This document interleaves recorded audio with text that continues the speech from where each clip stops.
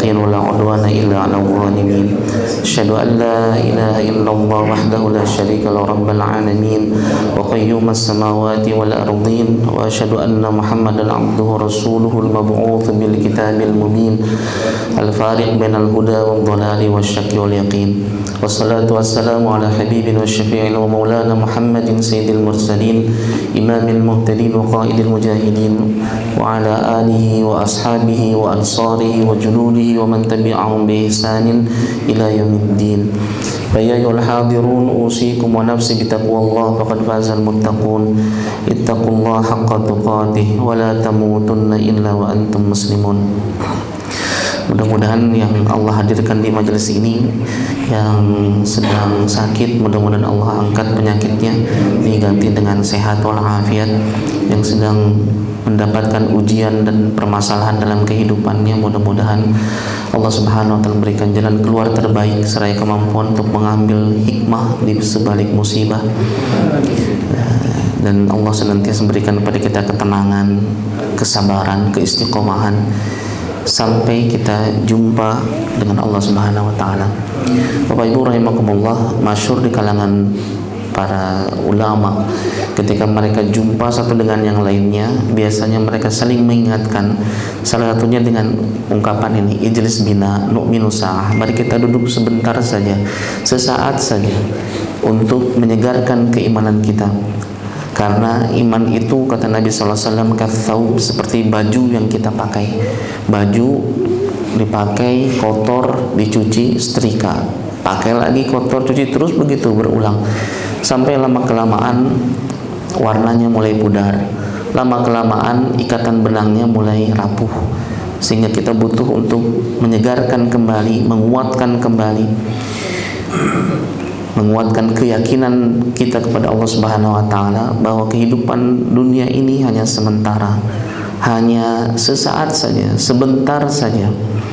Kalau kita tanya kepada bapak-bapak, ibu-ibu yang usianya di atas 60 tahun misalnya, lalu ketika ditanya berapa kira-kira kesan dari mulai lahir sampai sekarang ini nih, ketika kita di dunia terasa sebentar atau lama gitu.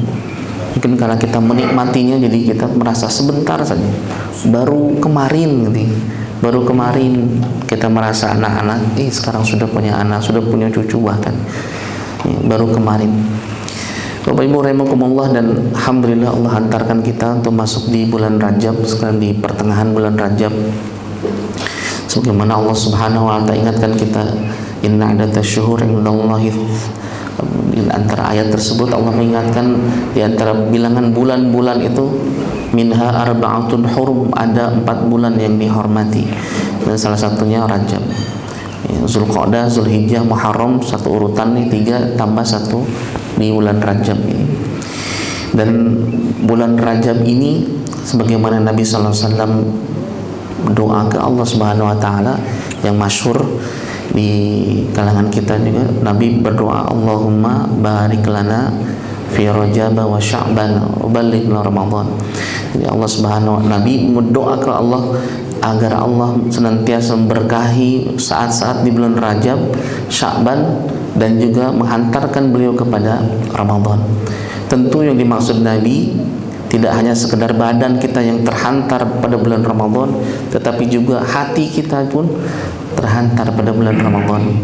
Dan persiapan spiritual atau persiapan rohani ini dimulai dari bulan Rajab ini. Kata Ibnu Rajab dalam Lataiful Ma'arif, bulan Rajab itu Pak, bulan menanam. Sya'ban bulan apa istilahnya menyiram, menjaga dari hama tanaman.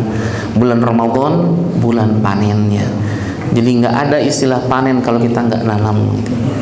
Maka kalau kita ngerasa berat ketika Ramadan, biasanya dimulai dari Rajab yang tersia-siakan. Dalam ayat yang tadi Bapak Ibu rahimakumullah, minha arba'atun hurum, kemudian ada kalimat berikutnya, fala tadhlimu fihinna anfusakum, jangan kalian menzolimi diri kalian dalam bulan-bulan tersebut. Dan kalau kita boleh jujur, yang paling sering kita lakukan bukan menzolimi orang lain sebenarnya, Yang paling sering kita lakukan adalah kita sering menzalimi diri kita sendiri. Salat yang ditunda-tunda misalnya, doa yang tidak ada ruhnya, kemaksiatan dan dosa yang seringkali berputar terus-menerus untuk kita ulangi dan ulangi. Sejatinya itulah yang dimaksud dengan menzalimi diri kita sendiri. Cita besar, keinginan kita adalah untuk hadir dalam ruang-ruang kebaikan, tapi kadang hawa nafsu, lingkungan yang tidak kondusif membuat kita lalai dari hal-hal tersebut. Maka Allah ingatkan kita, jangan menzalimi diri kita. Rahimakumullah, karena itulah mumpung masih bulan Rajab ya, kita memulai. Gak usah yang besar-besar terlebih dahulu, memulai dari hal yang kecil yang kemudian konsisten kita lakukan. Salat malamnya mari kita perbaiki, buka Al-Qur'annya mari kita perbaiki bacaan-bacaannya, sehingga nanti ketika sampai Ramadan ringan lidah kita untuk tilawah, untuk tadarus dan melakukan amal-amal yang lainnya. Bapak Ibu rahimakumullah, bahasan kita di pagi hari ini terkait dengan bagaimana istiqomah. Bukan berarti kita sudah istiqomah ini, karena ini sebuah proses panjang sepanjang usia kita. Wa'bud rabbaka hatta ya'tiyakal yaqin. Sampai kapan kita ini ibadah? Sampai datang waktu yang Allah tentukan, ai al-maut, sampai datang kematian. Allah ingatkan kita, inna ila rabbika ruj'a, sesungguhnya kepada Tuhanmu lah tempat kembalimu, sesungguhnya kepada Allah lah tempat berpulang kita. Dan dalam kehidupan keseharian yang diungkap oleh Dr. Komarudin Hidayat yang dari UIN tuh, beliau nulis buku tentang psikologi kematian. Jadi beliau mengatakan dalam Islam tuh kematian dimaknai dengan sesuatu yang membahagiakan, dengan ungkapan pulang. Irji'i ila rabbiki radiyatan mardiyah, pulanglah kepada Tuhanmu dalam keadaan ridha dan diridhai. Jadi ungkapan pulang itu sesuatu yang membahagiakan nih. Yang bekerja sampai jam 5 atau sore gitu, pulang jumpa anak istri bahagia. Saya pernah jadi dosen, pernah jadi guru gitu.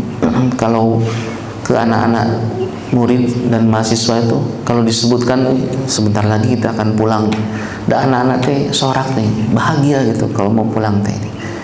Ya kayak pengajian lah, sebentar lagi kita selesai, alhamdulillah gitu. Nggak akan terlalu panjang-panjang gitu. Yang umrohan, yang hajian, ketika pulang tasyakur bin nikmah, undang tetangga. Jadi pulang tuh membahagiakan. Nanti mudik lah, bulan Syawal ya, habis Ramadan, bagi yang ada lembur gitu, kampung halaman, pulang ke kampung halaman. Ada yang bekerja lembur-lembur dulu di beberapa bulan sebelumnya, supaya kita bisa bawa perbekalan terbaik ketika ke kampung halaman. Jauhnya perjalanan, kepayahan yang dialami, ongkos yang berlipat, ringan semuanya. Kenapa? Karena hati kita seakan-akan sudah ada di kampung halaman, jumpa orang-orang tercinta kita.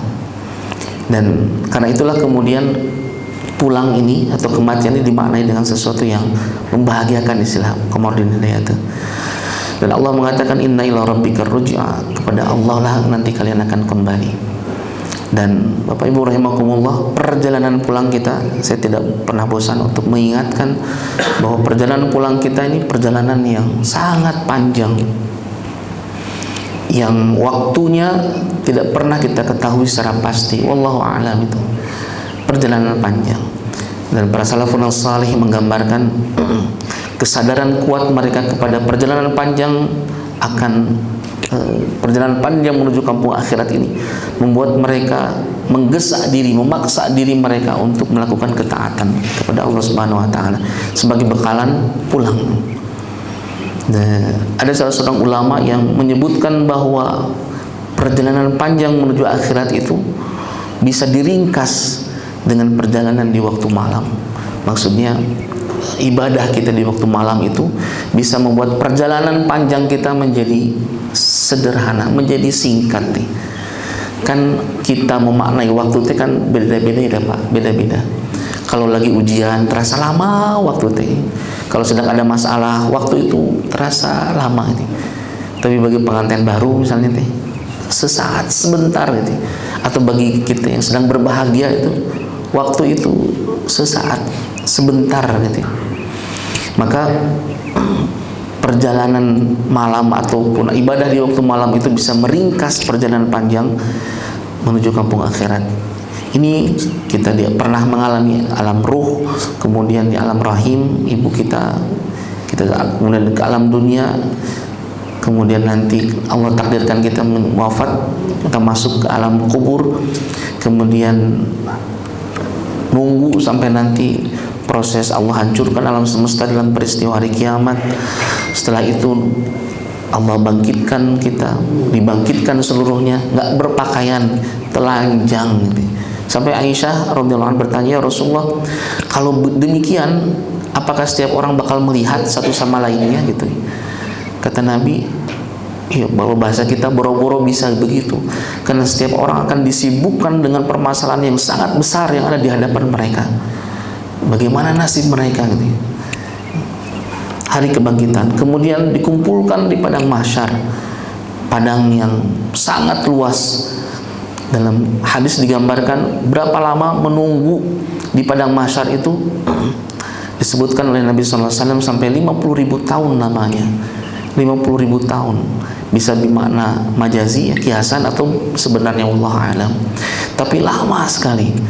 Matahari didekatkan, ada orang yang keringatnya sampai mata kaki, sampai lutut.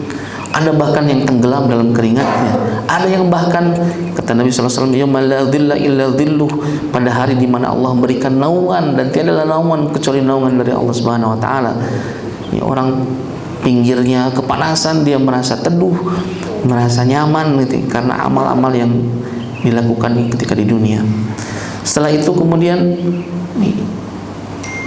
datanglah syafaatul uzma dari Nabi sallallahu alaihi wasallam, yang kita berharap mudah-mudahan Allah berikan kepada kita, ya, syafaatul uzma dari Nabi sallallahu alaihi wasallam, menambal kekurangan-kekurangan kita, ketidakikhlasan dalam ibadah, rasa riya ketika melakukan amal kebaikan. Kekurangan-kekurangan itu ditambal oleh syafaat Nabi sallallahu alaihi wasallam. Lalu kemudian setelah itu ada yaumul hisab, hari penghitungan setiap kita satu persatu, dari mulai zaman Adam alaihissalam sampai nanti akhir zaman, satu persatu dihitung satu persatu. Maka Nabi seringkali berdoa, Allahumma hasibni hisaban yasira, ya Allah, hisablah kami, berikan kepada kami hisab yang sangat ringan, hisab yang sangat mudah. Aisyah nanya, ya Rasulullah, apa yang dimaksud dengan hisaban yasira itu? Hisab yang mudah teh apa ya Rasul? Kata Nabi, kalau nanti kita dibuka, diberikan catatan kitab, kemudian dibuka amal-amalnya, kemudian nampak di sana dengan detail jam sekian di tempat ini kita melakukan itu, entah itu kemaksiatan, kelalaian, dosa dan lain sebagainya, lalu kemudian Allah memaafkan kita, nggak dihitung Pak itu teh kesalahan-kesalahan kita, dan ini bagian dari rahmatnya Allah. Hisaban yasira. Lalu kemudian setelah itu ke pemberian amal, catatan amal. Ada yang di tangan kanannya, ada yang menerima catatan di tangan kirinya, ada yang bahkan dari belakangnya disungkurkan gitu, sesuai dengan amal-amal yang dilakukan di dunia. Nauzubillah. Kemudian hari pertimbangan, yaumul mizan, yang Umar bin Khattab berdoa, andai nanti di mizan sudah cukup bagiku kalau kebaikanku nih sebanding dengan keburukan yang pernah dilakukan.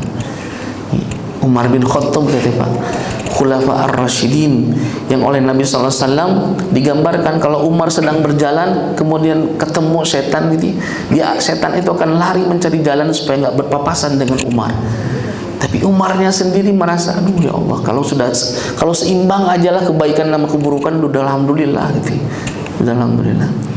Maka orang-orang soleh terdahulu memang mereka tidak pernah mengklaim, tidak pernah merasa diri soleh, menunjuk diri sebagai orang yang soleh. seringkali dalam introspeksi, muhasabah mereka selalu merasa orang yang masih sedikit amalnya, khawatir amalnya tidak diterima oleh Allah Subhanahu wa taala. Kemudian baru ada telaga Nabi sallallahu alaihi wasallam, Al-Haud, telaga Nabi. Dan Nabi mengatakan kepada kita umatnya dalam satu sabdanya, beliau mengatakan, "Kutunggu kalian di telaga Al-Haud, di telagaku." Jadi ketika putra Nabi Fatimah kalau tidak salah ya, beliau bertanya, "Di manakah nanti saya bisa ketemu dengan bapak ini? Dengan engkau ya Rasul, di mana aku bisa berjumpa dengan engkau?" Kata Nabi, "Di telagaku." Di telagaku. Apa yang dilakukan Nabi ketika di telaganya teh? Khidmah, Pak, pelayanan. Sebagaimana Nabi seringkali melayani para sahabatnya. Beliau yang mengambil air dari telaga itu kemudian membagi-bagikannya kepada umatnya. Maka ada ulama yang menambahkan doa setelah azan itu, Pak, ditambahkan dengan doa yang pengharapan kepada Allah Subhanahu wa taala agar Allah hantarkan kita menuju telaganya dan bisa minum air dari telaganya langsung dari tangan yang mulia Nabi sallallahu alaihi wasallam. Telaga Al-Haud. Lalu kita melewati Sirat, kalau diistilahkan jembatan rambut dibelah 7 sebenarnya sampai itunya, tapi ini jembatan yang lagi-lagi bergantung kepada amal-amal yang dilakukan ketika di dunia, dan ujungnya adalah neraka dan surga. Dan kita sedang ada di sini. Berapa lagi etapenya? 1, 2, 3, 4, 5, 6, 7, 8, 9, 10 stasiun lagi, Pak, yang akan kita tempuh nih. 10 stasiun yang setiap stasiunnya itu kita nggak pernah tahu berapa lamanya itu. Berapa lamanya. Maka mudah-mudahan Allah Subhanahu wa taala memberikan kepada kita kekuatan untuk terus berbekal dengan bekalan terbaik. Seraya kesadaran bahwa dunia ini sebagaimana kata Nabi, kun fid dunya ka'annaka gharibun aw 'abirin sabil. Jadilah engkau di dunia seperti orang yang asing, orang yang sedang merantau, yang nggak pernah ada ceritanya, Pak. Orang merantau itu kemudian dia sangat menikmati rantauannya sampai lupa kampung halaman. Ada mungkin beberapa kasus ya. Tapi pada umumnya kita nih punya kerinduan fitrah ya, kerinduan ke kampung halaman. Itu jangan kita, Pak. Nabi SAW saja ketika beliau di Madinah, udah gitu ada sahabat yang bersyair tentang rumput-rumput izkir di kota Makkah, ya, mengingatkan tentang suasana Makkah, ya, menangis Nabi SAW. Bahkan sampai Nabi mengatakan, andai pendudukmu tidak mengusirku, selamanya akan menjadi penduduk Makkah. Dan ini bagian dari fitrah, fitrah kecintaan kita kepada kampung halaman. Jadi kata Nabi, ini tempat yang asing bagi kita, atau sekedar orang yang lewati, yang tengok kanan kiri langsung, tidak begitu menikmati fase-fase dalam proses perjalanannya, karena ada yang dia inginkan dan dia rindukan, yaitu kampung akhirat. Bapak Ibu rahimakumullah, ini ungkapannya tidak merasa senang, tidak terlalu menikmati lah katanya. Karena namanya rantau pasti kan sementara, teman-teman yang teman-teman yang rantau sampai ke luar negeri, tetap saja ada mereka menyadari bahwa suatu saat mereka pasti dan harus kembali. Dan kenapa ingatan kuat kepada akhirat ini harus demikian kokoh? Karena harga dunia dengan akhirat itu kan nggak sebanding, nggak sebanding. Ini salah itu ya, nggak sebanding. Kata Nabi SAW, kalau jemari kita, telunjuk kita dimasukkan ke dalam lautan, kemudian diangkat, dan air yang menetes itu adalah kenikmatan dunia, sementara kenikmatan akhirat itu seperti samudra luas yang tak berbatas barangkali ini. Jadi kenikmatan dunia dengan kenikmatan akhirat itu memang tidak sebanding ini. Tapi karena yang sedang kita rasakan ini dunia nih, sementara akhirat itu kan, kalau hari ini kita nih, akhirat ini cerita, dunia ini sesuatu yang nyata bagi kita. Tapi bagi saudara-saudara kita yang mendahului kita, akhirat itu sesuatu yang nyata. Dunia tinggal cerita nih, tinggal cerita. Karena itu Allah ingatkan kita, fatazawwadu fa inna khairaz zadi taqwa. Maka berbekallah, dan bekalan terbaik itu adalah takwa. Takwa. Ini bekalan terbaik. Mata uang yang berlaku di sana itu takwa. Kita ke luar negeri Pak, tapi dari sekarang mah sudah bisa ya menerima mata uang yang lainnya. Tapi yang berlaku di akhirat itu amal perbuatan kita. Kemarin ada pembahasan terkait dengan Al-Baqarah 284, lillahi ma fis samawati wa ma fil ard. Milik Allah lah segala apa yang ada di langit dan di bumi. Milik Allah Subhanahu wa taala, mengingatkan kita dengan sangat kuat, lillahi ma fis samawati wa ma fil ard. Milik Allah lah yang ada di langit, bintang gemintang, matahari dan bulan, dan seluruh yang ada di langit dan seluruh yang ada di dunia ini miliknya Allah Subhanahu wa taala. Lalu milik kita apa Pak kira-kira? Milik kita rumah, kalau kita sudah nggak ada menjadi milik ahli warisnya. Mobil, hal-hal yang lainnya pada akhirnya akan kita tinggalkan. Dalam surat Ad-Dukhan Allah ingatkan, kam taruku min jannati wa uyun wa zuru'i wa maqamin karim wa na'matin kanu fiha fakihin kadzalika wa awrathnaha qauman akharin. Ini betapa banyak istana, mata air yang mereka tinggalkan, tempat-tempat kenikmatan yang pernah mereka rasakan, dan pada akhirnya akan diwariskan pada generasi berikutnya. Nah, kalimat terakhirnya ini Pak, ayat berikutnya maksudnya, fama bakat alaihimus samai wal ard, dan langit bumi tidak menangisi kepergian mereka. Langit dan bumi tidak menangisi kepergian mereka. Dalam tafsir digambarkan bahwa setiap tempat di mana kita menegakkan kebaikan, tempat di mana kita ada lalu kemudian kita melakukan kebaikan, itu akan menjadi saksi bagi kita, memberatkan timbangan amal kebaikan kita. Duduknya kita di sini di majelis ta'lim ini, tempat ini nanti jadi saksi. Maka di zaman Nabi SAW ketika para sahabat membuat mimbar yang lebih baik dibanding batang kurma, jadi biasa Nabi itu duduk di batang kurma untuk memberikan pelajaran. Kemudian para sahabat berinisiatif buat tempat yang lebih baik dibanding mimbar kurma itu. Setelah jadi, Nabi kemudian berpindah dari batang kurma itu ke tempat yang menurut para sahabat lebih layak. Dan dalam riwayat digambarkan ketika Nabi baru memulai nasihatnya, mereka mendengar suara tangisan seperti seperti bayi yang menangis. Dan Nabi turun dari mimbar, lalu kemudian mendekati ke batang kurma itu, memeluk dan membelainya seperti seorang ayah yang menenangkan anaknya yang sedang menangis. Batang kurma saja Pak, ketika ditinggal Nabi nangis nih. Kalau Allah berikan kepada kita kemampuan untuk merasakan itu, betapa tempat-tempat di mana kita menegakkan kebaikan lalu kemudian kita lalai, nggak melakukan kebaikan lagi, mereka menangis nih. Sajadah kita yang kita gelar di sepertiga malam terakhir, yang kadang air mata kita tumpah ketika di sajadah itu, yang tengadah kedua tangan kita berharap kepada Allah Subhanahu wa taala, yang Al-Qur'an ada di atasnya untuk senantiasa kita baca, lalu kemudian kita tinggalin, nangis mereka tiba. Kalau Allah berikan kemampuan kita untuk mengetahui hal tersebut ya. Fatazawwadu fa inna khairaz zadi taqwa. Dan Bapak Ibu rahimakumullah, Sufyan bin Abdullah As-Saqafi beliau bertanya kepada Nabi sallallahu alaihi wasallam tentang masalah yang dia nggak perlu lagi nanya kepada orang lain kecuali kepada Nabi. Intisari dari Islam itu apa ya Rasul, bahasa kita nih?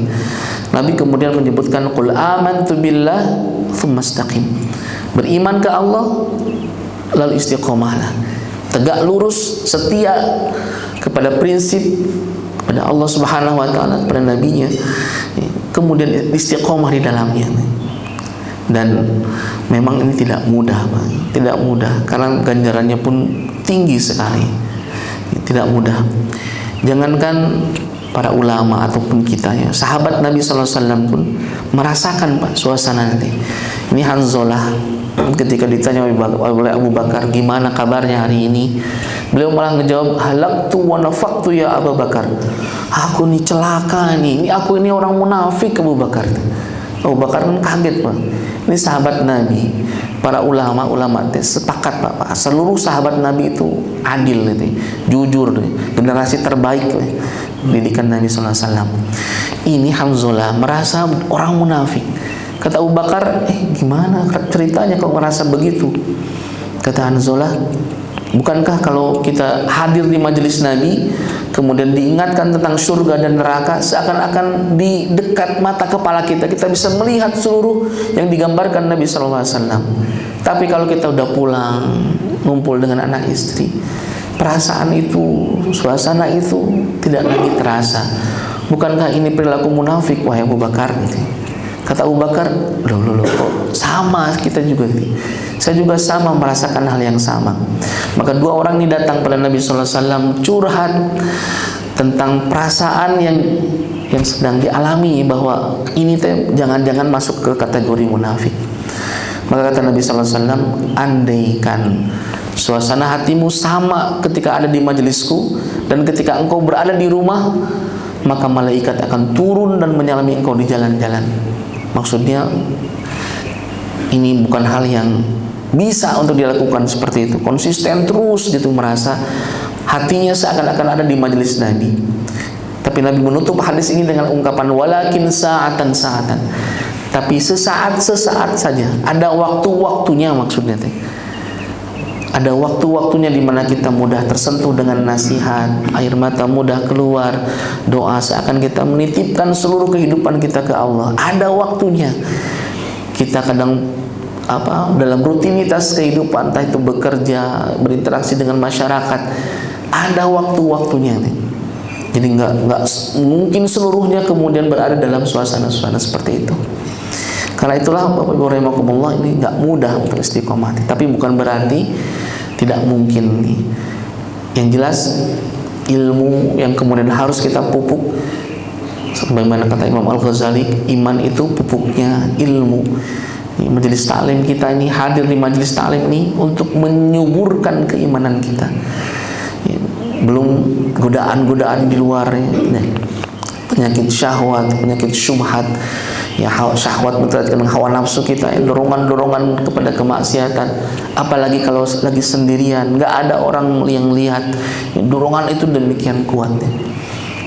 Kemudian penyakit syubhat, penyakit yang membuat pemikiran kita rada aneh gitu. Kadang ada orang pendidikannya tinggi, tapi kok pemahamannya aneh gitu, pemahamannya. Dan ini kan bagian dari tantangan supaya kita bisa tetap istiqomah. Karena itu kata Nabi, fasaddidu, berusahalah untuk senantiasa dekat dengan kebenaran. Berusahalah. Bukan Nabi mengatakan harus jadi orang benar, nggak begitu ya. Karena tiap orang kan punya kemampuan yang berbeda-beda.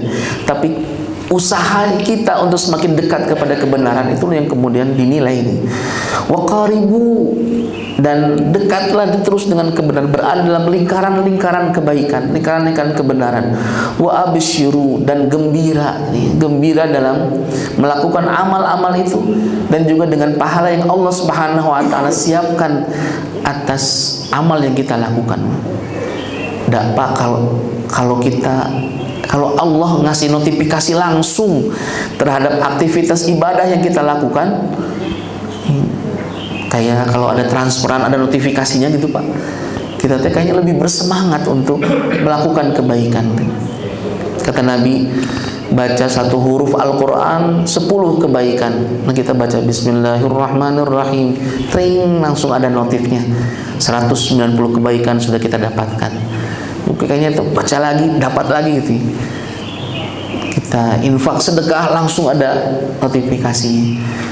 Masalahnya kan tidak seperti itu. Bahkan terkadang amal-amal besar yang dianggap oleh manusia bisa jadi tertolak di hadapan Allah Subhanahu wa taala karena tidak ikhlas. Misalnya Abu Hurairah itu sampai 3 kali ketika menyampaikan hadis ini beliau pingsan Ketika Nabi SAW menyampaikan ini kepada Abu Hurairah dalam kondisi duduk dan lututnya bersentuhan dengan lutut Abu Hurairah, Nabi menyimpan tangannya di paha Abu Hurairah. Lalu kemudian kata Nabi SAW, tahukah engkau orang yang pertama kali akan dibenamkan dalam jahanam? Kata Abu Hurairah, siapakah mereka ya Rasul? Dalam benak Abu Hurairah, orang itu pasti orang yang berdosa, orang yang banyak maksiat, orang yang nggak mau tobat gitu. Tapi kata Nabi, yang pertama kali akan dibenamkan ke dalam jahanam itu 3 golongan. Yang pertama, orang yang Allah Subhanahu wa taala anugerahkan kepadanya ilmu, yang dengan itu dia ajari banyak orang, yang bodoh jadi tahu, yang lalai jadi teringatkan. Dan dia merasa amal itulah amal yang akan menghantarkannya kepada surga. Lalu kemudian dikatakan kadzabta, engkau dusta. Kau melakukan itu supaya orang takjub dengan pemikiranmu, dengan gagasan-gagasan, dengan argumentasi yang kau sampaikan, dengan keluasan ilmu yang kau miliki. Orang takjub, dan kau telah mendapatkan di dunia dan tidak akan mendapatkan di akhirat. Orang berilmu, Pak. Nauzubillah min dzalik. Yang kedua, orang yang Allah berikan harta, yang dengan itu dia berikan bantuan kepada anak-anak miskin, janda-janda yang memiliki kebutuhan, dia bantu seluruhnya, dan dia merasa dengan harta itulah kemudian akan menghantarkannya kepada surganya Allah. Lalu dikatakan kadzabta, engkau dusta. Yang ketiga, orang yang berjihad, Pak, di jalan Allah, berperang, satu peperangan dan dia mati dalam satu perperangan itu, dan dia merasa itulah amal terbaik yang menghantarkan kepada surga. Lalu kemudian ditolak, engkau dusta. Engkau melakukan hal tersebut supaya orang takjub dengan keberanianmu. Bapak Ibu rahimakumullah, ini kalau kita runtuti, ini kan bukan amal-amal sepele, Pak. Mengajarkan orang dengan ilmu, kemudian memberikan bantuan dengan harta, dan jihad fisabilillah. Ini amal gede semuanya tuh, amal besar gitu. Yang kadang kita juga belum mampu untuk bisa melakukan amal tersebut.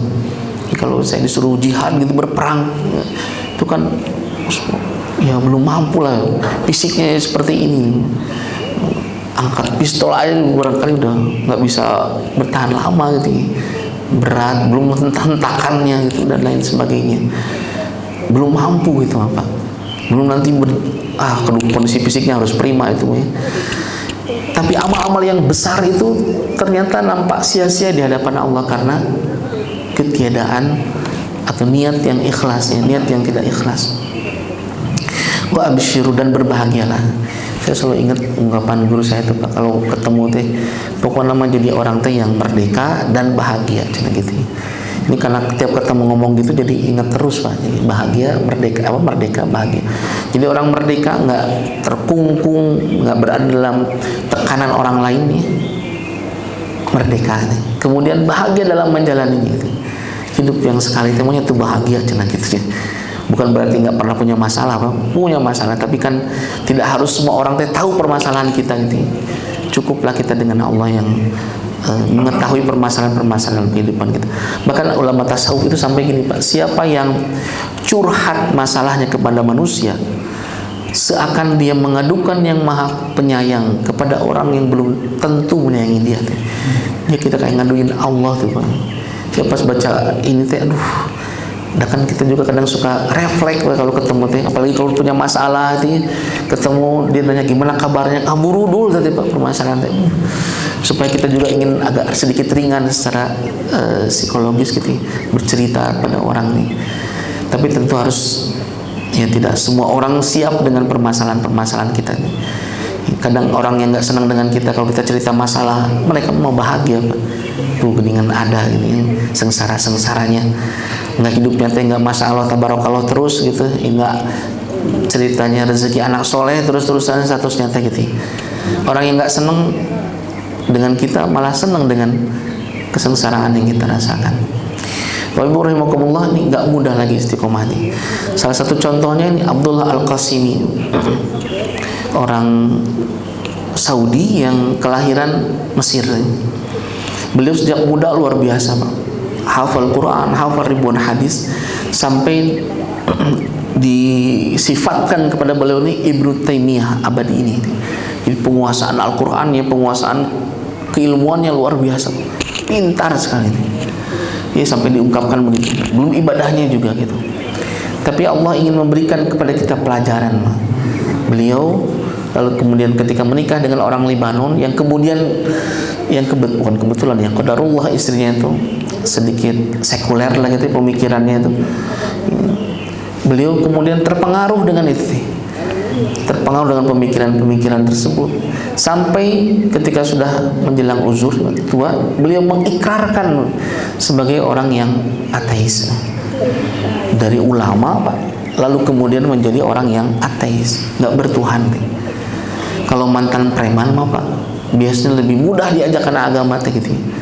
Tapi kalau mantan ustad Pak, dalil udah tahu, lebih tahu dia gitu. Lebih menguasai beliau gitu. Begitu.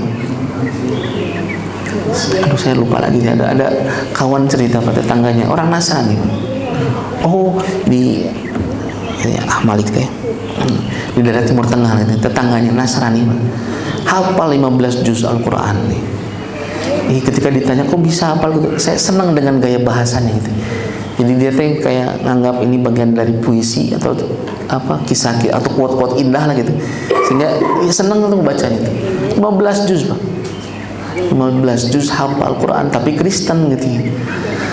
Kristen kayak siapa orientalis tuh, Anne Maria Schmickel gitu ya, tapi bahasanya tuh hafal Riyadhus Shalihin, hafal Quran juga, hafal Riyadhus Shalihin, tapi bukan Islam gitu, bukan Muslim gitu. Ini kan bab hidayah gitu. Demikian pula Abdullah Al-Qasimi, ya, asalnya ulama, kemudian mengakhiri kehidupannya dengan orang ateis. Nauzubillahi min dzalik. Nauzubillahi min dzalik. Karena itu Bapak Ibu rahimakumullah, ini Allah ingatkan kita di surat Fussilat ayat 30. Innal ladzina qalu rabbuna Allah tsumma istaqamu.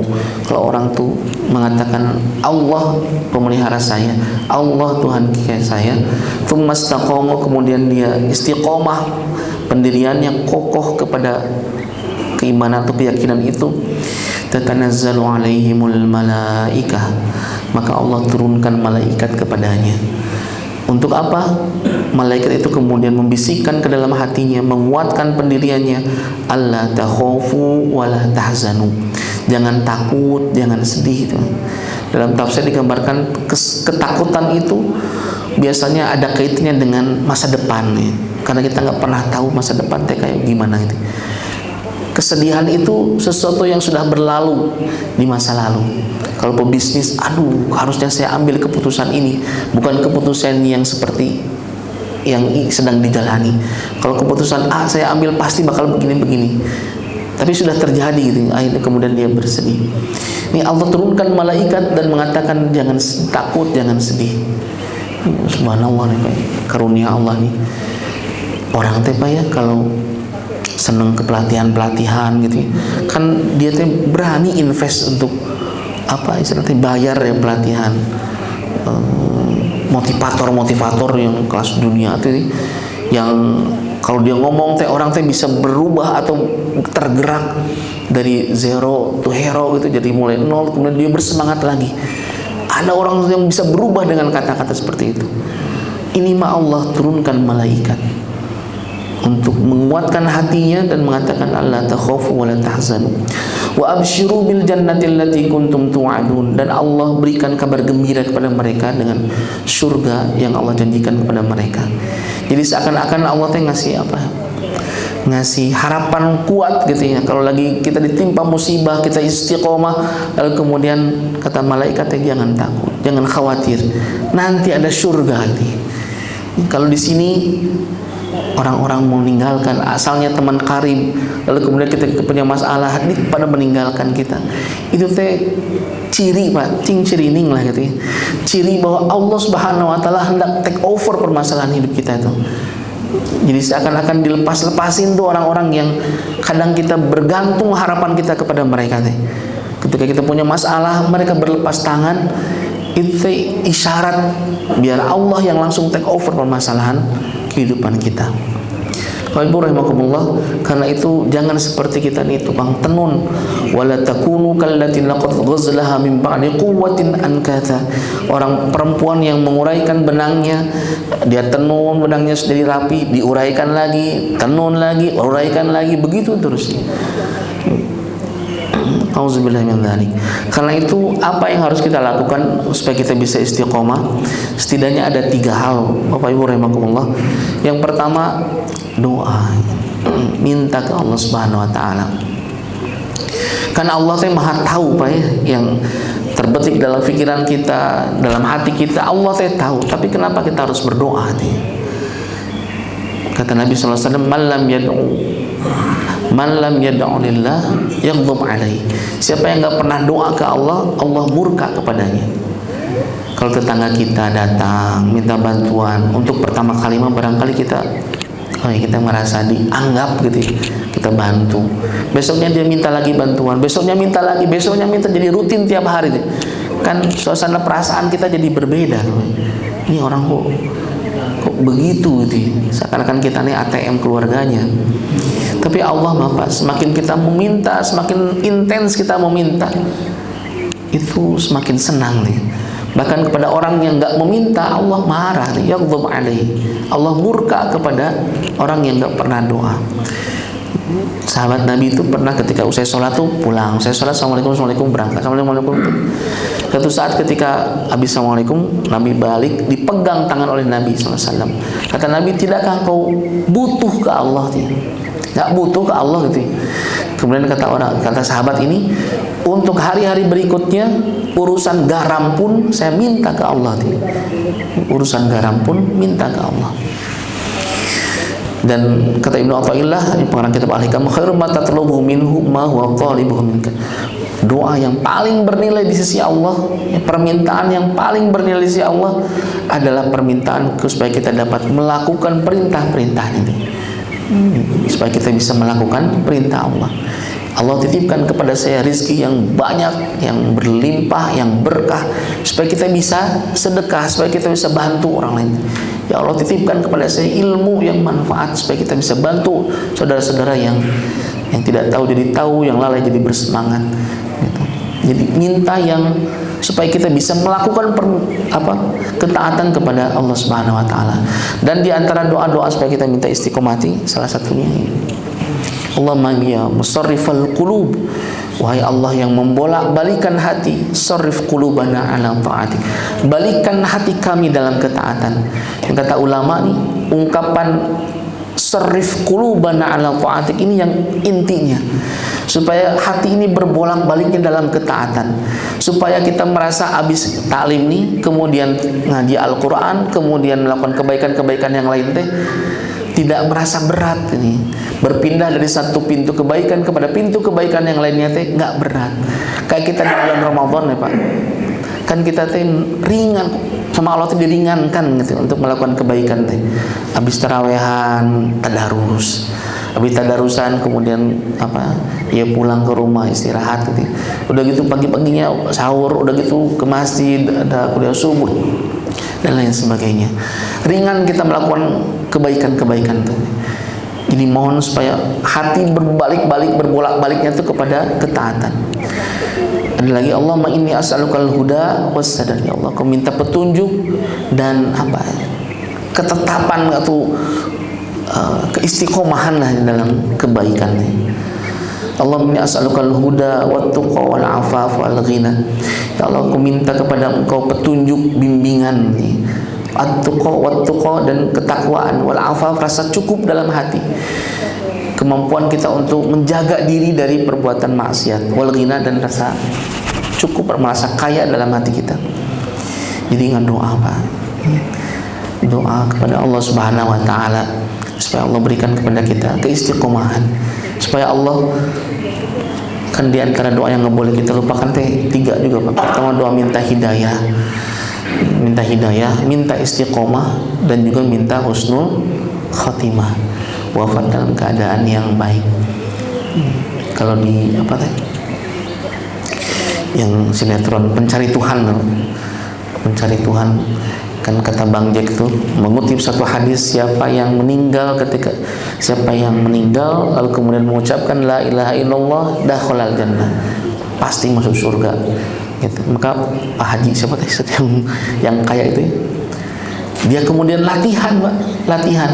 Jadi ketika habis taklim di Bang Jack itu pulang ke rumah, Lalu kemudian dia berbaring di sofa itu, berbaring kemudian mengucapin la ilaha illallah, la ilaha illallah gitu. Kata istrinya, apain Pak? Gitu. Kata Pak Haji nih, tadi di pengajian Bang Dik bilang, siapa yang akhir hayatnya ucapan la ilaha illallah, kata Nabi dijamin surga. Kita kan nggak tahu kapan matinya nih. Mudah-mudahan aja pas lagi baringan gini ngucapin la ilaha illallah kemudian meninggal deh. Ya enggak begitu tafsirannya Bapak Ibu rahimakumullah.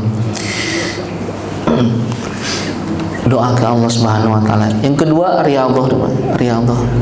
Berlatih dalam ketaatan. Enggak bisa nih kita ujug-ujug taklim satu hari kemudian kita bisa sholat malam istiqomah, saum sunnah Senin Kamisnya, bahkan ayyamul bidnya, sedekah jor-joran dan lain sebagainya.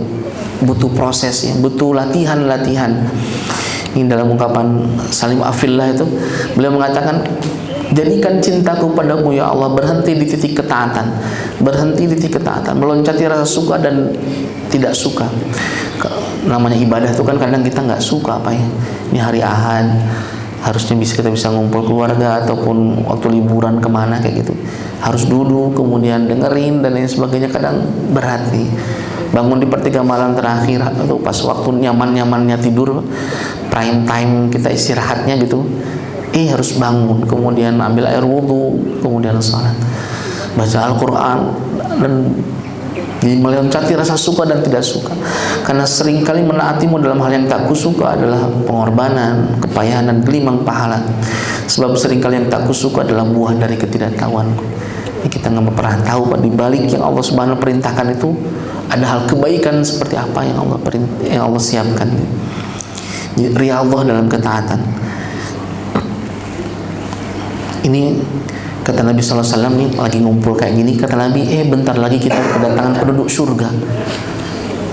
Tiba-tiba yang datang seorang tua nih, sudah uzur nih, lalu kemudian dia sholat, zikir, pulang. Besoknya pada waktu yang hampir sama, Nabi mengatakan lagi ngumpul dengan sahabat nih, bentar lagi kita akan kedatangan penduduk surga. Orang yang sama Pak. Besoknya lagi orang yang sama lagi. Abdullah bin Amr tuh, ini rahasianya apa sih Bapak ini sampai Nabi menjaminkan surga? Penduduk surga disebutnya Pak. Udah penduduk, udah KTP-nya surga gitu ya. Udah tinggal masuk lah ini mah. Apa amal yang paling utama yang pernah dilakukan yang sampai Nabi menjaminkan surga? Maka dia ikuti, izin nginap 3 hari, dan ketika menjelang malam dia perhatikan betul ibadahnya teh. Seperti apa kira-kira ibadahnya teh? Apakah dia berdiri terus dalam sholat malamnya dari mulai isya sampai fajar gitu, sampai subuh, atau dia baca Al-Quran sampai khatam satu malam itu, atau apa keistimewaannya teh? Dan 3 malam itu dia perhatikan biasa-biasa saja, nggak ada istilah istimewanya gitu.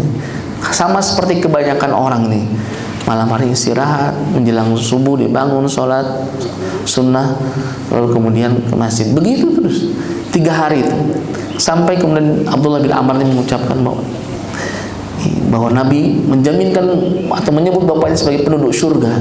Dan saya ingin tahu amal kojo yang amal yang paling Bapak lakukan itu sampai kemudian Nabi menjaminkan surga. Kata orang tua ini, yang kau lihat itulah yang saya lakukan gitu. Lalu kemudian beliau menyambungkan, hanya saja saya tidak memiliki rasa dengki kepada kaum muslimin. Tidak ada rasa dengki Pak dalam hatinya kepada kaum muslimin. Kata Abdullah bin Amr, ini nih ibadah yang mungkin bagi kalangan kita mah berat itu ya. Dengki, dan itu kan dalam hati Pak, nggak dalam bentuk gerakan tubuh kita melakukan ibadah. Hatinya bebas dari iri dengki. Wala taj'al fi qulubina ghillan lil ladzina amanu. Ya Allah, jangan biarkan dalam hati kami ini ada ganjalan ghil kepada sesama orang beriman. Dia nggak ada rasa dengki pada kaum muslimin. Dijamin surga Pak. Dijamin surga. Makanya kata ulama, ibadah itu kan dibagi 2. Ada ibadah amal batin, ada amal lahir. Dan terkadang amal-amal batin itu seperti tadi hadis tentang orang yang pertama kali akan dibenamkan ke dalam jahanam itu karena batinnya ternyata yang tidak ikhlas kepada Allah Subhanahu wa taala. Dan ini kan butuh riyadhah, mengikhlaskan hati kita. Bahwa kalau kita lakukan amal dengan ikhlas, kita nggak peduli dengan tanggapan ataupun respon orang-orang. Kadang ada orang yang kita beri, dia tuh malah lupa dengan kita teh, malah kadang nyakitin kita. Udah diberi, udah kita senyum, malah buang muka misalnya. Kita berikan kebaikan, malah dibalas dengan air tuba misalnya teh. Ini kalau nggak ikhlas Pak, bakal berat di hati kita tuh. Rahimakumullah. Atau Abdullah bin Amr nih, masih Abdullah bin Amr nih. Ini beliau luar biasa Pak ibadahnya teh. Hampir tiap malam beliau khatam Quran. Saum tiap hari, qiyamul lail tiap hari gitu. Sampai istrinya tuh tidak terurus ya, karena ibadahnya yang totalitas seperti itu. Sampai kemudian Nabi negur gitu. Jangan berlebihan seperti itu.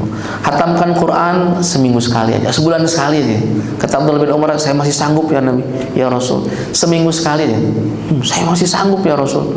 Ya udah 3 hari sekali khatam Quran dan tidak boleh lebih daripada itu. Ibadah-ibadah yang lain tuh terus bukan dibantah ya. Beliau Abdullah bin Amr itu mengatakan saya masih sanggup ya Rasul, saya masih sanggup gitu. Sehingga ditambah terus. Dan di waktu uzur beliau sudah tua, baru beliau mengeluh, andai saya dulu ngambil keringanan dari Nabi itu ya. Jadi rada berat gitu ya. Innal munbatta la ardun qata'a wa la dhahran abqa. Orang yang memutus perjalanan ya, di perjalanan tapi bebannya berlebihan tuh tidak akan bisa menempuh perjalanan sampai tujuan, dan juga tidak menyisakan punggung kendaraannya tetap sehat. Beban yang berat ini Pak gitu ya. Nabi pernah datang ke rumah Zainab istrinya, kemudian ada tali yang menjulur. Kata Nabi, untuk apa yang tali ini? Ya Rasulullah, kata Zainab, ini tali ini saya pakai untuk berpegangan kalau sholat malam nih. Kalau sholat malam ngantuk saya pegangan gitu. Nabi memujinya? Enggak Pak. Kata Nabi, kalau sholat malam kalau ngantuk ya tidur gitu ya. Obat ngantuk tuh tidur. Nabi nggak mengatakan ambil air wudhu supaya segar lagi. Enggak Pak. Tidur gitu kata Nabi. Tidur, kalau udah agak segeran lanjutin nanti sholatnya itu. Jadi pertengahan gitu, nggak saklek, nggak buat kita berkering, mengernyit gitu. Abangan kok kayak begini-begini amat gitu. Tapi yang kita perbaiki terus-terusan selain kuantitas ibadahnya juga kualitasnya. Rasa ridhonya kita, rasa ikhlasnya kita ke Allah Subhanahu wa taala. Terakhir, setelah kita doa, kemudian riyadhah dalam ketaatan, terakhir jalisis shalihin, bergaul, berinteraksi dengan orang-orang yang saleh. Orang soleh yang kalau kita lihat wajahnya ngingetin kita ke Allah, yang kalau kita dengar suaranya membuat kita termotivasi dalam ibadah, yang kalau kita lihat kehidupan keseharian yang membuat kita rindu kepada kampung akhirat tuh, yang mengingatkan kita dalam kebaikan.